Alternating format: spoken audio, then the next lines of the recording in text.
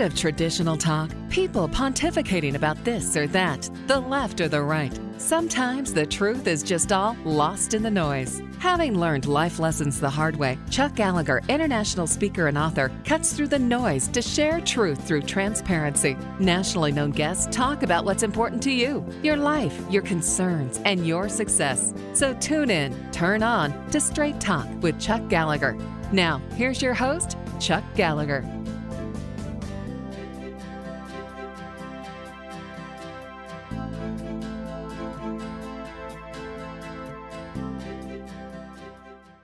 And it is great to be with you today. I was listening to the introduction and I heard the line, sometimes the truth is just lost in the noise.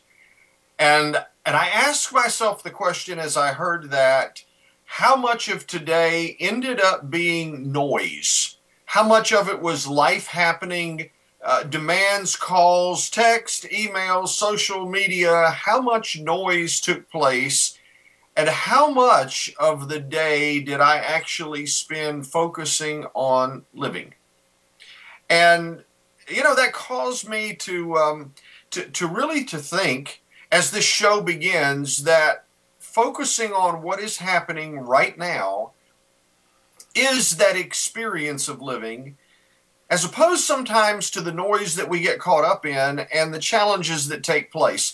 And for those of you that are regular listeners to the show, you know that my bent, although we will talk about all kinds of things on this show, tends to focus back to the fact that we are spiritual beings having a human experience. Although as a human being, we tend to believe that the experience we have is only our experience. And sometimes we forget about that connectivity and that connectedness that we have with other people. And those things that can happen in life that, well, are intentional, but sometimes surprising because we don't anticipate them or have that crystal ball, so to speak, to be able to see where our life journey may be going. I'm really lucky. It's fun to be a radio show host because you get the opportunity to really connect with a lot of very unique and interesting people. And today my guest, even though this is airing on a Monday, is Tuesday May Thomas. And Tuesday, that's a cool name. I just think that is so neat. So I have to start off with this real simple and dumb question. Were you born on a Tuesday?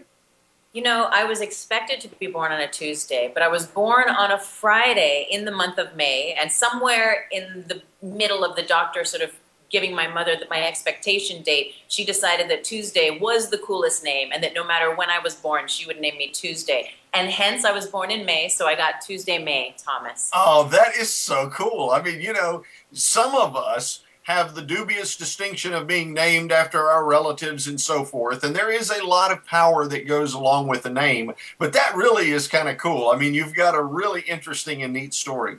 Tuesday has written a book. Now, I'm going to hold it up. I know that for those of you on the radio, you can't see it. For those of you that might be seeing this via YouTube, the book is Confessions of a Spiritual Apprentice. I love the cover, by the way. I think the cover, yeah, I love the cover. I think it really is cool. But this book is a fascinating read of your life journey up to this point. And of course, for those of you that might be seeing Tuesday on video, she is a lovely young lady. And so there are many books I know ahead as you journey on your, as you put it, spiritual apprenticeship. But let's start off with a little bit of background about you. Tell us, from your perspective, what motivated you to write the book?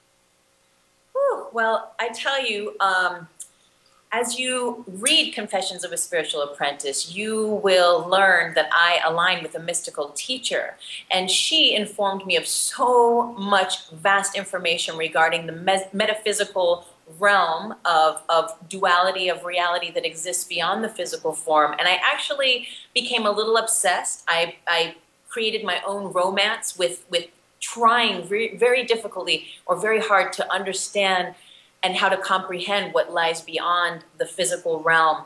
I wanted to contain it and be able to put it down into words and share the information with others. And really, it's about that interconnection that you were talking about earlier, Chuck, and that invisible realm that exists, all of consciousness and connection, and the means through which, the highway of thread lines of interconnection that we all connect through. And I wanted so badly to harness that and to give it a voice. Along my journey, though, I realized that there was a lot of my own personal healing that had to take place. And my whole life, I've always had an issue with expressing myself, with finding my voice. So it's interesting that now I have this platform to speak in. And I found that really what's been a lifesaver is being able to journal, to write, to sing, to express my truth. When I was a child, I felt that I did not have a voice. I felt that the world was a very scary place to be in because of what I was told by my family, my friends, my relatives, and I felt betrayed by life. I felt unloved, and I felt very, very afraid of really expanding. And so I shrunk. I didn't have friends to really express or to sort of exchange information or ideas with. And so I tapped into a world of invisibility. At the beginning of the book, I talk about my friends, the invisibles, which are a bunch of invisible entities that I actually invited into my room and would assemble a little sort of teacher area where I would take notes and sort of share with these invisibles in and amongst my my stuffed animals information that I cannot remember now. I'm sure if I was hypnotized or something, I could delve back. But I had such a strong connection with something that was outside of things that I could literally see and feel. I felt like that there was no world for me here, and whatever I saw or tapped into, I didn't like it, and it really caused me to fear what being alive was. And so I tapped into a realm that was beyond the physical. Over my life, I'm sorry, go ahead. Yes. No, so let me ask you a question. In that process, obviously this journey started fairly young.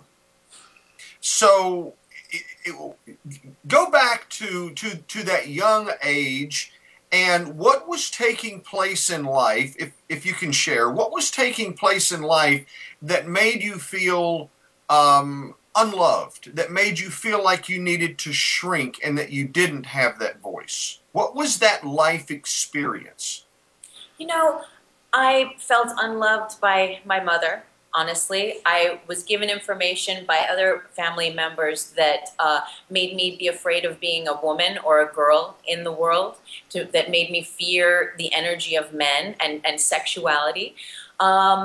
Because I kind of came into this lifetime without the ability to speak up, but with a very brave and compassionate heart, this is what caused my confusion is I would trust, I would be so open to everyone, everywhere, and yet I would be taken advantage of. I had sexual experiences, which I feel so many of us do in our very early ages, like from 5 to 10 and even maybe beyond, that can really impact us. And if we don't know, I was never told or given information or tools when I was younger of how to navigate if you're having a sexual experience in your youth, and how to create healthy boundaries for yourself, let alone speak up for yourself.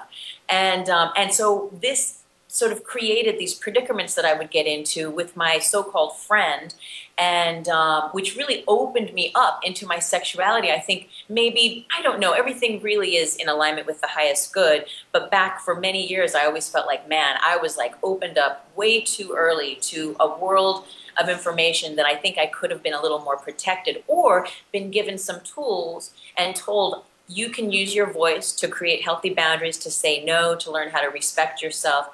And this created this whole grid, if you will, for my whole life to go along, where I feared men, I feared feeling beautiful or attractive or drawing attention to myself. I feared my own sex and sexuality and expressing it, or even feeling it and what that might feel like. I was afraid to express myself. I was bullied as a child in school. I gained weight, I think, because of the sexual experiences I was enduring while I was a youth, and not being able to express my emotional confusion or frustration. I ate and I gained weight, and I was really with a lot of weight gain, and then I would lose weight over and over. I was bullied, manipulated. I just got the whole, the wave just crushed me over and over again. And I thought, God, this world sucks. Get me out of here.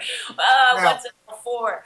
Do you, okay, so I have to ask this question. As we explore Confessions of a Spiritual Apprentice, it's interesting to me, and I've got a very dear friend who was sexually abused as a child, a female. And so, and I have to ask the question, because of your gender, do you tend to find or believe that it's more apt for a female to be sexually abused and to experience some of those challenges that you experienced as a child, so that you would again shrink and not use your voice, because as a child you're not taught how to? Right. Yeah, I think, it's interesting. I feel that the more this conversation happens and the more I share intimately with friends and loved ones, I find out that it's across the board, both male and females, almost equally go through a similar experience, whether it's someone in the family, an uncle, a stepfather, the mom's boyfriend, with the son, the daughter, that there's a spectrum of what we can say inappropriate circumstances and experience that can become ripe in certain situations. And it is very, very interesting. It almost seems that 90%, and that's just, I'm kind of pulling that out of the air, but of people that I've spoken to have had these experiences, and we're all marked with this from a very early age, and that creates like those lenses of perception of how we move in the world, or how we react or shrink or expand our energy. It's interesting as you say that, because the conversation that we're having is live and in the moment. It is not as if this is canned or staged. So I don't know what you're going to say, or you don't know the question that I'm going to ask. But the one thing that I'm absolutely finding is it's a fascinating conversation. Now, as we begin this, I've got music in the background that says, okay, it is time for a commercial break. This is Chuck Gallagher. This is Straight Talk Radio, and my guest is Tuesday May Thomas. She is the author of Confessions of a Spiritual Apprentice, and we'll be right back. You want to stick with us. This story is fascinating.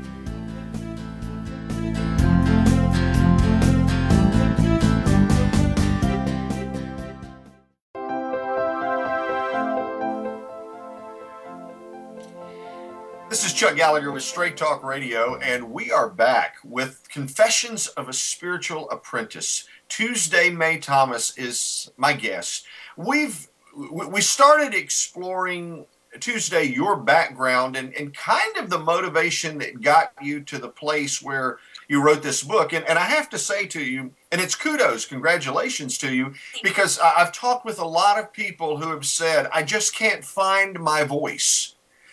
And for those of us who don't seem to have a problem and perhaps talk too much, it is incredibly powerful when someone moves from shrinkage to expansion, and to be able to find that voice and to allow that voice to express and know the power that's associated with that.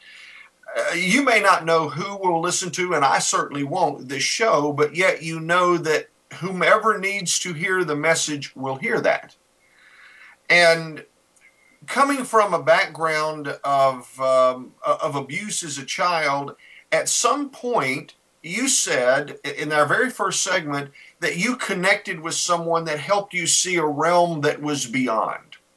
What was the story? How did you get from and I'm going to use my term now, but shrinking violet to someone that could help you enliven and open up to a different dimension?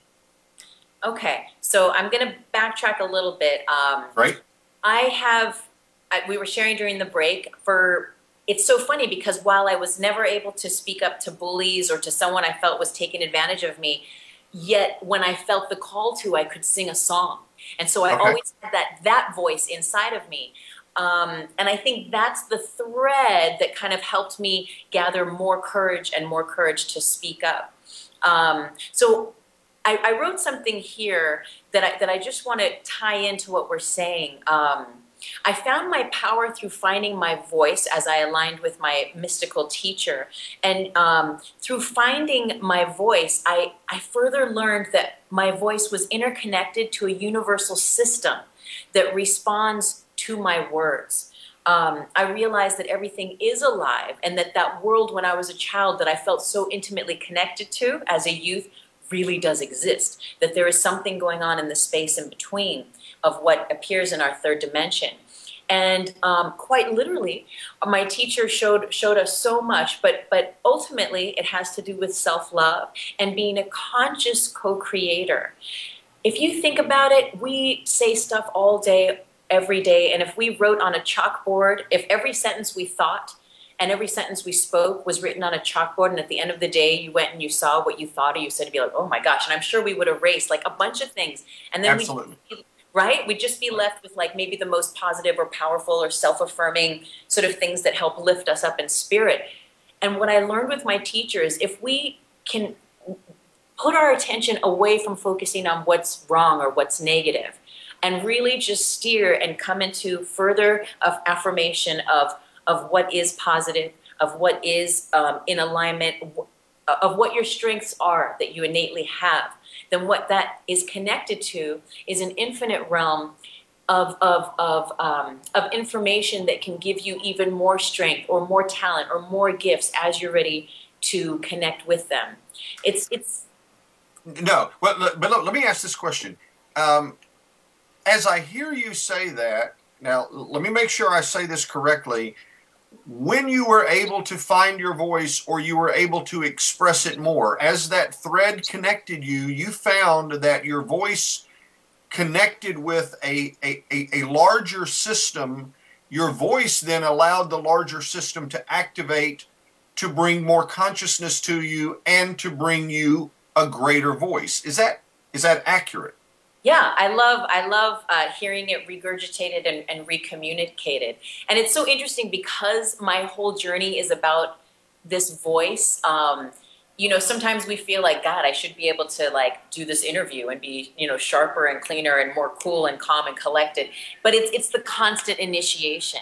And that's where the power is. It's like stepping up into it. And I learned with my teacher that in using our voice, that those thoughts that we think, the words that we speak have so much value. They have so much potency, and it's like a currency. Every thought I think is not only in turn connecting me to the thoughts that everyone else is thinking that have a similar frequency, a similar vibration, but it's also pulling those thoughts and that energy to me. So if I connect in a positive affirmation way and say like, I am strong enough, I am good enough, I can do this, I got this, I'm going to trust, I'm going to put it in God's hands or whatever it will be, that's going to connect me with that faith, with that strength, and it's going to interconnect me with everyone else that's like on that energy level, that's putting energy into that pipeline, so to speak, into that grid, and I'm going to connect into it, and it's going to connect into me.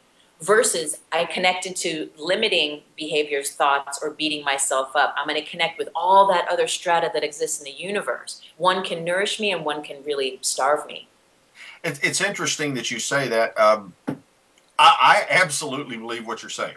And I experience that. I'm not going to say, by the way, that I'm a spiritual guru by no stretch of the imagination, but I do think that it's fascinating that what we speak and how we feel and how we communicate that does in fact connect us. I had a good friend say to me one time, she said, you know, you're the golden child. And I'm like, what are you talking about? She says, well, you just say something and something happens. And she said, you know, it just seems like you're so lucky. Well, but I expect to be lucky. I expect that I'm good. You know, you are right. How you feel about yourself internally connects you into the power grid. And if you've got a 110 connection, you're only going to get 110 volts. If you've got a 220 connection, you're going to get 220. But you have to be willing to be whichever that is. Absolutely. I like to think about the yin yang, and even though the old, I think, you know, representation, we think about male and female energy. But if we leave that blueprint to the side and just think about love and fear, and maybe the white is love and the black is fear, but there's always a little bit of love in the fear, and there's always a little bit of fear in the love. But the more we give our attention and our energy to consciously, again, consciously, because the mind is going a million places. We can be happy one moment and disappointed the next, all coming out of our center of what the media tells us, what the world tells us. But we get to be a master of our time and space and decide and make a conscious choice, right? I know one of your taglines is like, for every choice, there's a consequence. And It's so intimately connected to this, because the more I choose love, the more I choose things that are just being nice to myself, just being good and nurturing to myself. Well, I'm going to start having more of that in the environment of my internal mind, body, emotions, and I'm going to be plugging into more and more of that. So if a little bit of darkness comes, if a little bit of something comes to take me off my center, I've got so much love and light around me, I'm like, psh, I got this, and it just rolls off. But I go down and I get depressed and my old issues come up and I'm crying and I'm like start to feed that what we call the tar body, that old, those old grooves of pain, of sorrow, of hurt, and we sort of bring them back to life. Then, I can get suspended in that, and then everything dark, and I'll become a magnet through the law of vibration for all those forces to then bring me down. But there's always that little bit of light in there, like the yin yang, and it's really the tipping point. What are we choosing with our thoughts, actions, and words is going to help us keep afloat or, start to sink. In your website, beautifully done, by the way, but in your website, there's a picture and it says, I'm not sure I can see this without my glasses, but it says, it's choice, not chance, that determines your destiny. Right. And I think that is so true, especially for the people that are listening to Tuesday Mae Thomas and her book, Confessions of a Spiritual Apprentice. The issue is, what do we choose? Because what we choose creates the chance or the opportunity that creates our future and our destiny. And, you are so on to the connection of, if I wallow in the mud pit, I'm just going to be dirty. Versus deciding that I want to rise from that and embrace a different, more empowering opportunity and self. Now, you have a thing, you said this a minute ago, you said, I'm a master of my time and space. So tell me, before we go to our next break, what does that mean to you? I am a master of my time and space. To me, it's about a couple of things, and to clarify, being a master of my time and space means that I am consciously co-creating my internal environment. I'm aware that I can't control the world. I can't control what you're going to do, what my partner's going to do, if someone's going to upset me, but I can co-create and be conscious in how I master my emotions, my responses, my thoughts, right? I can govern that environment, because this is the internal environment is where everything else is born. Again, it comes back to that dark and that light. If I'm going to choose from my center, from my highest consciousness, that I am putting love, putting light in every word or every step I take, then by God, that is exactly what I'm going to co-create, right? And so no matter what my environment looks like, I can still maintain that peace of mind and that centering. I like to call it heaven on earth. I have had experiences in this last year while I'm finishing up with the book of like really being released from all those old tars and pain that have held me down for so long, and stepping into really getting self-mastery of like mastering the mind stuff has helped me to feel so free of the ties that bind on the earth plane, that I've actually felt heaven on earth. I feel like it's really possible. I've had one foot in the earth and like one foot on a heavenly realm, but I know it all starts in here with what I perceive from the inside out. And because I'm choosing more and more love, love, light, light, light, I can't help but just see that in my surroundings, and I'm less inclined to judge things or to react negatively or to for all these old things and patterns of belief systems to be ignited and activated. I can move in the world and not be of it, but still be compassionate and feel human connection. but it's really powerful. Master of time and space, being a master of that is deep because it connects to your past. If you're still walking with all of your wounds from the past, you're going to be hurt over and over again, as I was. So I'm hearing the music in the background which says it is time for a commercial break. Talking about time and space, and you also mentioned the tar body. So I tell you what, for those that are listening here, this is Tuesday Mae Thomas. Confessions of a Spiritual Apprentice is her book. You can find it on Amazon.com, or you can go to TuesdayMaeThomas.com and find out all about Tuesday. We're going to come back after this break. Thanks.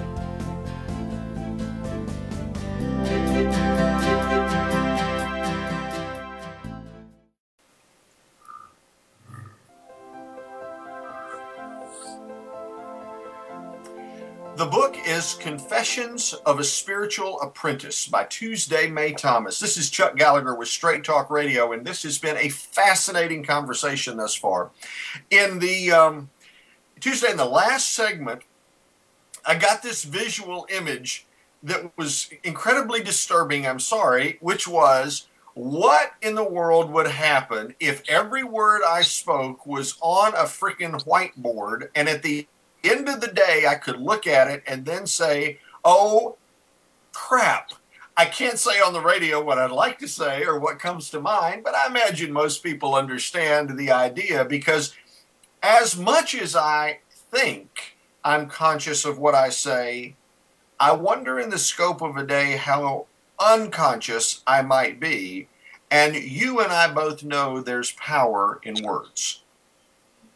Absolutely. Absolutely. And the practice of being conscious, and maybe that chalkboard or that whiteboard idea, just brings to rise the ability to practice more awareness and to practice putting into words that which we really wish to bring into our experience. I think we kind of get lazy with words. We're still in an age, I think, where we are not appreciating the real potency and the power. Some people have really tapped it, and like you say, I think you were mentioning you have like a golden touch, maybe, right? Sometimes we can say things and really they can come into manifestation quite instantly.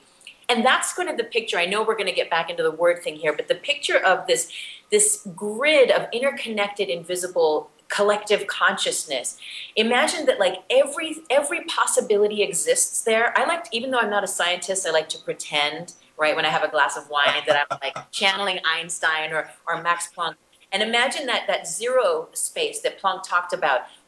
And if we go in deep, that it's like this causal realm where particles of light exist, but they are not in form and they're coming into and out of creation. There's nothing set yet, but it's what we decide, how we look at it, that contributes to how it reflects back to us, right? So in that sense, as we learn to realize the value and the power of what we are putting in is a part of what we're going to get back, that can help us to sort of erase and be clear about what we want to see on our chalkboard coming back to us in life.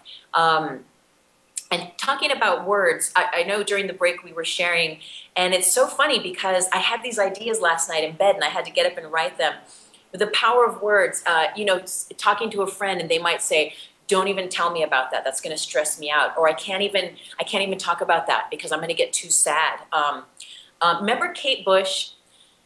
Just saying it can even make it happen. Remember that song? It's like she was in. She knew something beyond. Right. And I was giving the example that the other day I was joking with a friend saying, oh yeah, right, like an earthquake's going to happen. How she ran around the room touching every piece of wood she could to kind of undo the words that I said. And I was like, oh, there's a cool example, where people, we don't think about it, but we really do give a lot of weight to words. Absolutely. It's funny that you say that because if you contrast my wife and myself, both of us manifest. Now, on my end, I'm a comedian of sorts, so I'll pull someone's leg in a heartbeat. And I've told my wife, I said, the cosmic spiritual universe knows that I'm full of you-know-what. So they know when I'm really kidding and there's no power to it. On her side, however, she must be surrounded with people that are like super serious. One day she said to me, she said, I don't know, I'm just kind of tired of this car. And within 30 minutes, she had totaled her automobile. walked away from it, but told it. So I have, in many cases, told her, be careful what you say. And if I say something she thinks, that's not good, she'll say, you need to cancel it. Cancel, cancel. So that it takes it back, because there is incredible power in what we say, because it does tap us into the grid of potentiality and possibility. Absolutely. Absolutely. Words hold weight. Words, we share a common language, or many different languages in different cultures, and we all share the feeling and some crisscross pollination of definition of what words have. And when we speak them, we are plugging into whatever else anyone else has put or pertained into that word, that consideration. And I always like to think about that grid where it's like a domino effect. And there's a law, as I talk about in the book, that is the highest good. Whenever we ask for something or wish to manifest or call in, that it's always for the highest good of all. So we're not forcing anyone or anything's will, but we are getting clear about what it is we wish to experience. And through that clarity of thought, of speech, we activate the feeling realization, and that begins to create the particles that magnetize, that creates the vibration within us that begins to magnetize that and those particles of light in our reality to manifest and come into us, whatever it is we wish, in the right time and space, especially if we can keep ourselves detached and patient and trusting with that grace. But your wife's story, just quickly, it's like my mom. She was, I can't, I'm too lazy, I haven't been to the gym in forever, but she'd been talking about it for 6 months. But the grids, the energy was waiting for her, her body, she was ready to like start working out. And she said, oh my God, the first day I went back to the gym, I lost 10 pounds. It's like, it's like some things are just waiting for us to put our light on them so they can run energetically and come into being, whatever it is. Now, I've got several questions, and I don't want us to run out of time. We're in the third segment of our show here. But if I like what you've said, because it's kind of like, okay, there's this grid, there's energy in the grid. The question becomes, can we tap into it? Okay? So if we tap into the energy grid, talk to me about energy manipulation. Because the word manipulation as a word itself tends to have a negative connotation, not a positive one. Well, let's see. I know I have experienced a great amount of that in my life. And I think basically manipulation is a teacher. And as we step into our power and gain clarity of who we are and what we value within ourselves, our time, our space, and learn self-love and self-respect, that light that we garner within ourselves brings a light to darkness that is that manipulation. It feels to me that manipulation, people that operate through using manipulation are hungry. They have not maybe developed an awareness or an ability to co-create with the universe of their own light. And so perhaps they're calling on different forces to use in order to manifest, or they might see a weakness in someone and use them in order to get what they want out of them, because that individual hasn't clicked into that level of fine-tuning their own spiritual or psychic sort of hygiene or awareness and creating a sacred space for themselves. So it's a good teacher, though, to learn by. Now, it's interesting you said something that I would like to tap into, because I can envision a lot of people listening to this, and you started off as a child in, I'm going to call it an abusive situation or potentially abusive situation, but somewhere you learned to find the truth of yourself, and I'm not sure what the right word is. I'm searching for it right now. To create that force field that goes around you to protect yourself. But yet in the manipulation comments, you said, well, some people may not be that tuned to themselves, and someone can find that entryway. So what could you offer the people who are listening to think about, well, maybe I'm not completely tuned, or I am energetically or psychically attacked, so to speak. How does one provide that protection? Yeah, that we could do like probably 32 shows back to back and like have to talk about this, right? But I think some basic things to set up are anything that will allow you to be aligned with your higher self, which is a meditation practice, a pranayama, a breathing practice, something that's going to take you out of the world and bring you more into your sense of center. From there, all the senses become heightened, and we are more attuned to becoming a sort of like a tuning rod. And your intuition and your gut is always talking to you. We're always getting information, and the internal, discerning the internal from the external is so important. So those little practices to bring you into centering so you can really feel what feels right to you, what feels appropriate to you, but we don't always know, and that's okay. We can't beat ourselves up, right? But we have to go with what is the most in tune with self-love. What really serves me, what doesn't serve me. Now, on the flip side of that, we're not always ready to meditate every day or every moment. What I like is the white wall of fire. Imagine creating a ring of light, a radius about 2 or 3 feet all the way around you, and just boom, just make it so, imagine it, put it in place. And from that ring of light, shoots up like a castle of white flaming stones. Like imagine just a huge castle within that radius that shoots up, and the white wall of fire burns all around you, allowing you to be with absolute clarity. Burns away any veils of illusion. Because sometimes people that are manipulators are shisty, they know what to say, they know how to say it, they know, maybe they can see your weaknesses that you are revealing that you're not aware. We're vulnerable at times, we're human, sometimes we're up, we're down, and that might be the way they get in.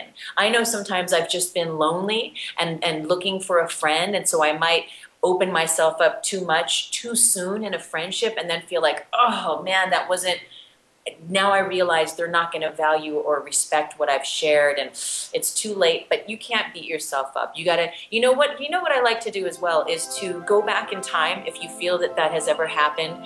Erase it on your board of memories, erase it and put love there. And oh, that's powerful. That is very powerful. Simple, and it's probably the one that's easiest to remember, but you erase it and you put love there, because as long as it's in your environment, in your mind, in your heart, in your emotional wiring, if you keep perceiving that you've been threatened, that you've been hurt, that's gonna keep firing up, and you're gonna live in that stress and that shrinkage versus the expansion and the relaxing and your power, being a master of your time and space. If you can put love there over and over and over again, that love is going to be those stepping stones. It's going to allow you to reside in your grace, in your calm, in your peace, and in your truth, which is like, people pay millions of dollars to try to find that, right? It's like right. this, what is it? How do I find it? Well, it's already in there if we can just settle down, take a breath, you know, and practice self-love and be conscious of where we're putting our energy, right? We were talking about this.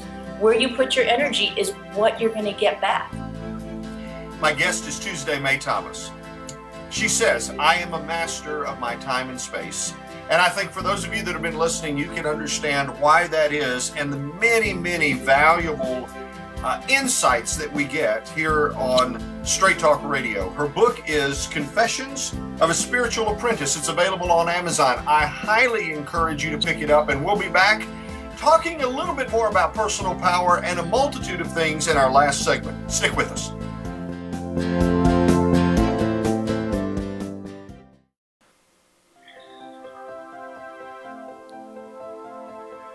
This is Chuck Gallagher with Straight Talk Radio. It's Confessions of a Spiritual Apprentice by Tuesday Mae Thomas.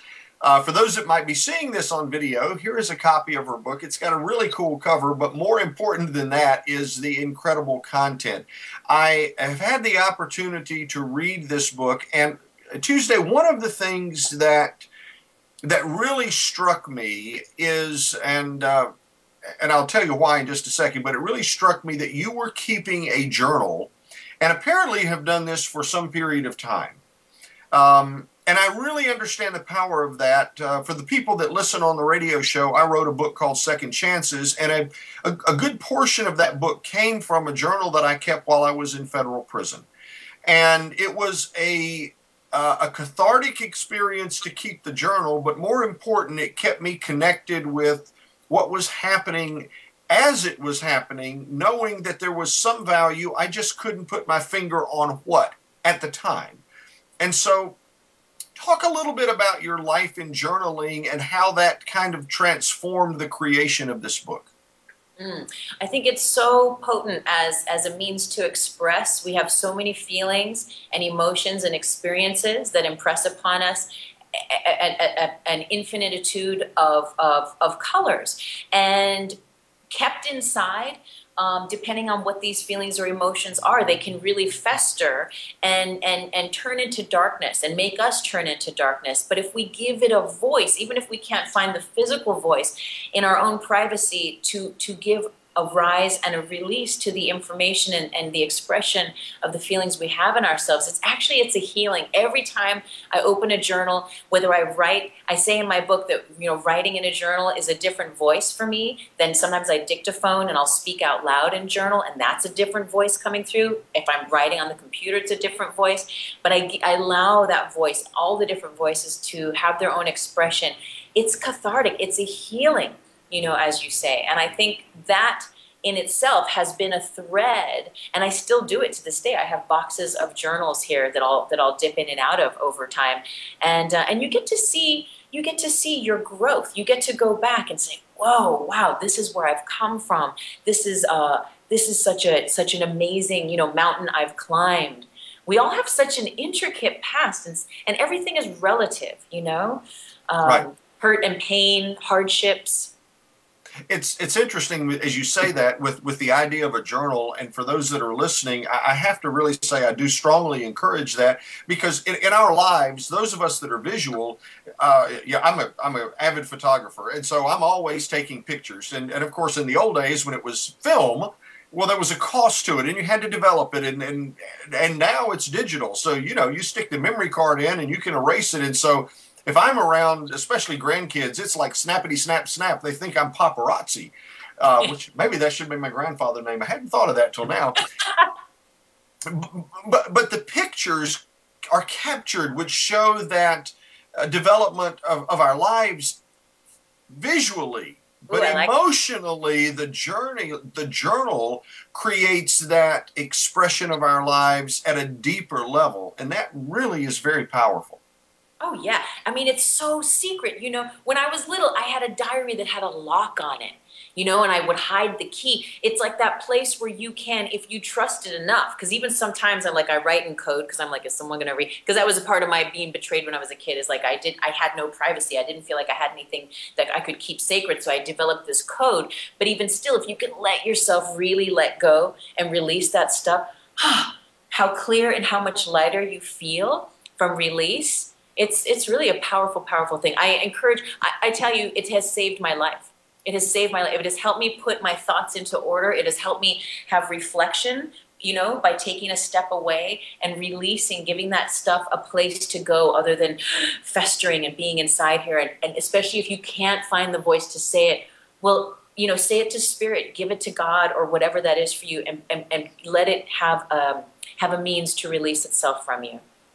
Now, one of the things, and I want to do this before we run out of time, because it always seems to go so much faster than I'm accustomed to or want to believe, but you've talked a couple of times about a tar body. What's a tar body, and how is that relevant to our listeners? Okay, tar body, imagine every hurt feeling, every painful experience you've ever gone through. Imagine every glass of wine or joint you've smoked, or every drug, whether it's a medication or otherwise that you've ever taken. Imagine environmental pollutions, all the residual stuff that our kidneys, our liver, our body has to process, right, in order for us to just stay healthy.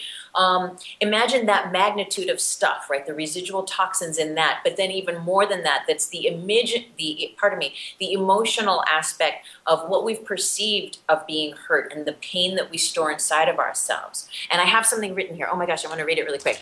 Okay, so your pain is your fear, right? And you have experiences that you perceive as hurtful, and that hurt turns into pain. And if it's unattended, that pain turns into fear, and that fear ends up driving our lives. And that fear is the tar body. Imagine there's the light body and the tar body. The light body is attuned with I like to say our mastery. It's like our blueprint of self-mastery and higher self, whereas the tar body is the exact opposite of that. Now, again, that tipping point, if we feed the tar body too much and give in to negative thoughts, self-hate, self-doubt, worry, being skeptical about life and the world, or feeling the world is out to get us, we're going to feed that tar body. And if we feed it enough, I feel like it activates and it literally becomes this body of tar, of toxins. And the more that we, you know, the more down we get, oh, I'll just have another wine. I'll just, like, you don't care, and everything's just going downhill. And that tar body festers off of self-hate, self-doubt, and self-loathing. But we turn the tide. There's always that love, even in the dark, you know, depths of darkness. And if we can choose that love, that light, I like to say, starve the tar body, feed the light body, right? Because if we give enough energy to the tar body, that is what ends up being our navigational force. Through fear, through the lenses of fear, through the lenses of limitation, through the lenses of worry, self-hate, stress, whatever all that stuff is, guilt, shame, worry, that's going to be everything in our life. Then that tar body is going to begin to become a magnet for more of itself. The relationships we draw in, the opportunities that we're seeking are going to always have that dingy stain of that, like, tar. It's going to continually reflect back to us what our words are saying, where we're putting our beliefs, our energy, and attention. And if it's like, I'm no good, nothing good ever happens to me, I can't be loved, I'm totally unlovable, or whatever it is, sure, the tar body is going to make sure you're feeding it that information. It's going to make sure that it's going to steer you, and because your will is weak, you're not aligned with your higher self to hear maybe the other path calling, you're going to say, okay, I'm going to go with the tar body. Oh, you see, I got messed over again. Oh, you see, it happened again. You know, Right. But if you can branch off and have that courage to take those little baby steps of self-acceptance and exploring self-love, and even if it's just that little baby step at a time, again, that tipping point, we begin to surround ourselves more and more with that love, activate that within, and that love and that light opens the way then for us to take the next step through the light body, through that higher self that we already are. You know, it's kind of interesting, as I hear you say that, there's a certain level of frustration that just hit me, and I'll tell you what that's about, and it has nothing to do with you. You were right on. But I remember when the book The Secret came out, talking about the law of attraction. It was highly successful. Yeah. The frustration is it seemed to focus so much on the law of attraction for physical monetary manifestation. And the reality is we manifest everything around us every day.